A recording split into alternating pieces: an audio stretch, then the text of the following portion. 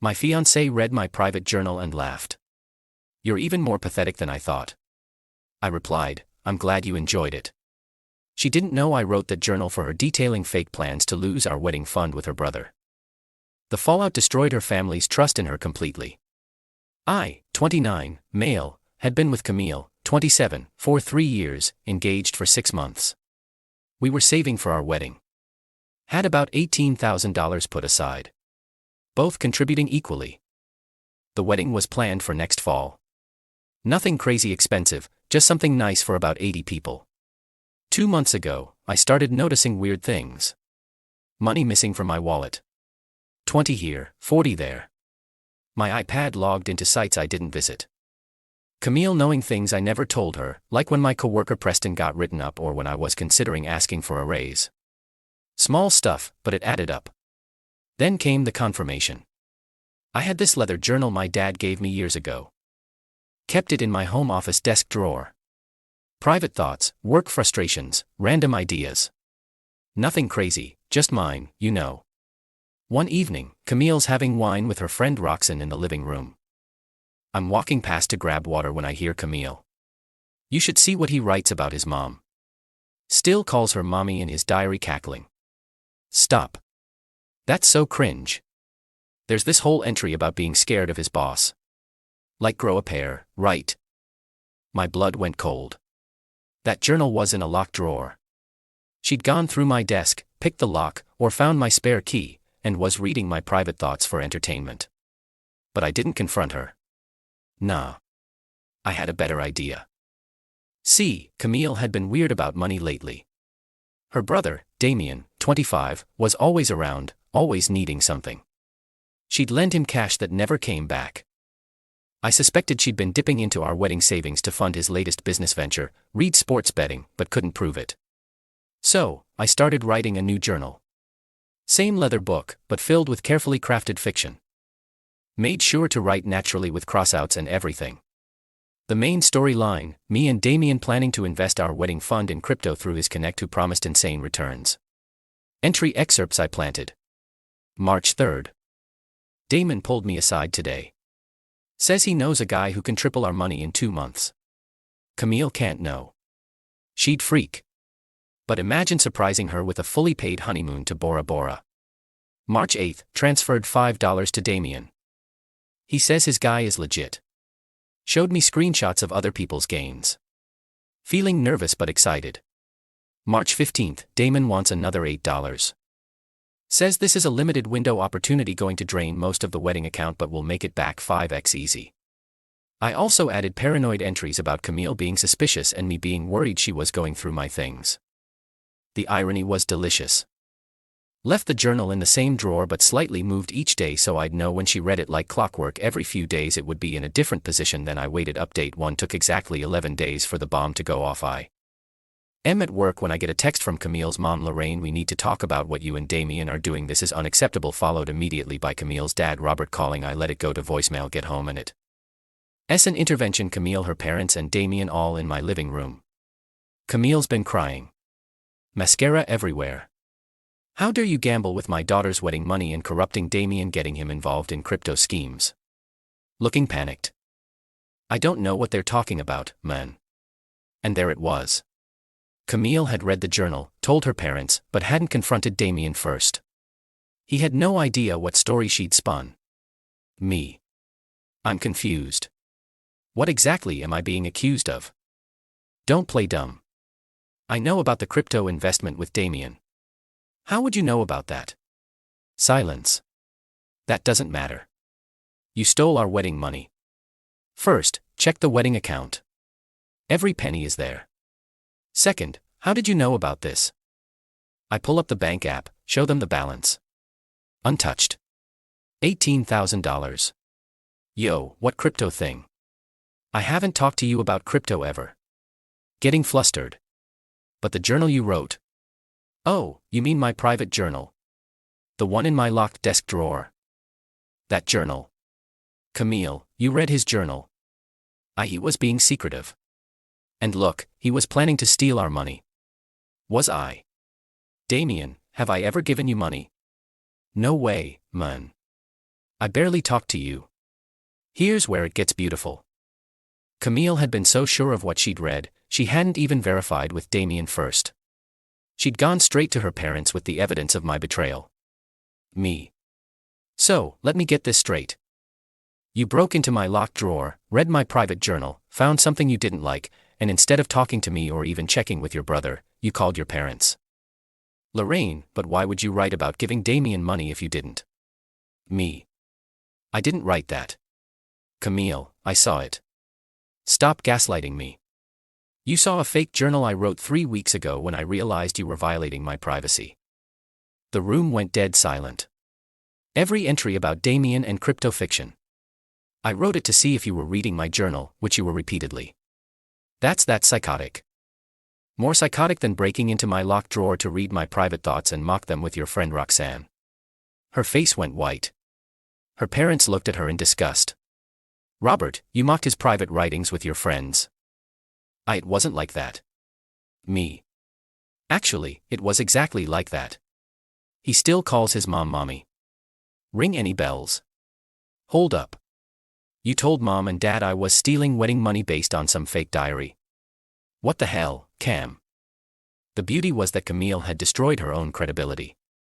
Her parents now knew she 1 violated my privacy repeatedly, 2 mocked me behind my back, 3 made accusations without verification. 4 tried to throw her brother under the bus. Lorraine, Camille, Marie, we are leaving now. They left. Damon stayed behind for a second. Bro, that was savage. She's been telling everyone you're controlling and paranoid. Guess we know who the paranoid one is. Update 2. 2 days later. Thought it was over. Nope. Camille had gone full damage control mode. Posted on Facebook about how I manipulated and gaslit her. How I set traps in our relationship. How I was psychologically abusive. Her friends were eating it up. My phone was blowing up with texts calling me a monster. Even got a few death threats from internet randoms. But Camille made a crucial mistake. She included details. Specifically, she wrote, he wrote a fake journal to make me look crazy. What kind of psycho does that? I responded with my own post since my private life is apparently public now.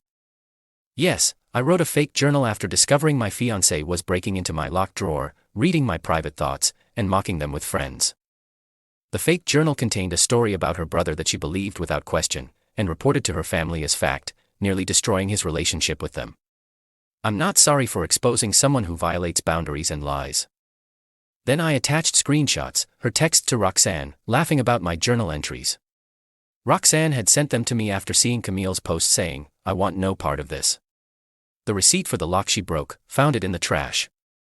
Bank statements showing our wedding fund untouched. The comments turned instantly, but the real nuclear bomb came from an unexpected source. Damien, he commented, my sister tried to convince our parents I was a thief based on a fake journal she had no business reading. She's been taking money from our wedding fund for months to cover my rent without my knowledge or consent, then tried to frame both me and her fiancé. I have the Venmo receipts. What? I called Damien immediately. Damien, yeah, man. She's been sending me money, saying it was from her bonus at work. Told me not to tell you because you'd feel bad that she was helping me. I thought she was just being a good sister. But I checked the dates. They line up with withdrawals from your joint savings. She'd been taking money from our wedding fund, giving it to Damien as her own money. Then was probably planning to blame the missing funds on the crypto story she found in my fake journal. When that backfired, she tried to salvage it by playing victim. I went back to our apartment. She'd been staying with her parents.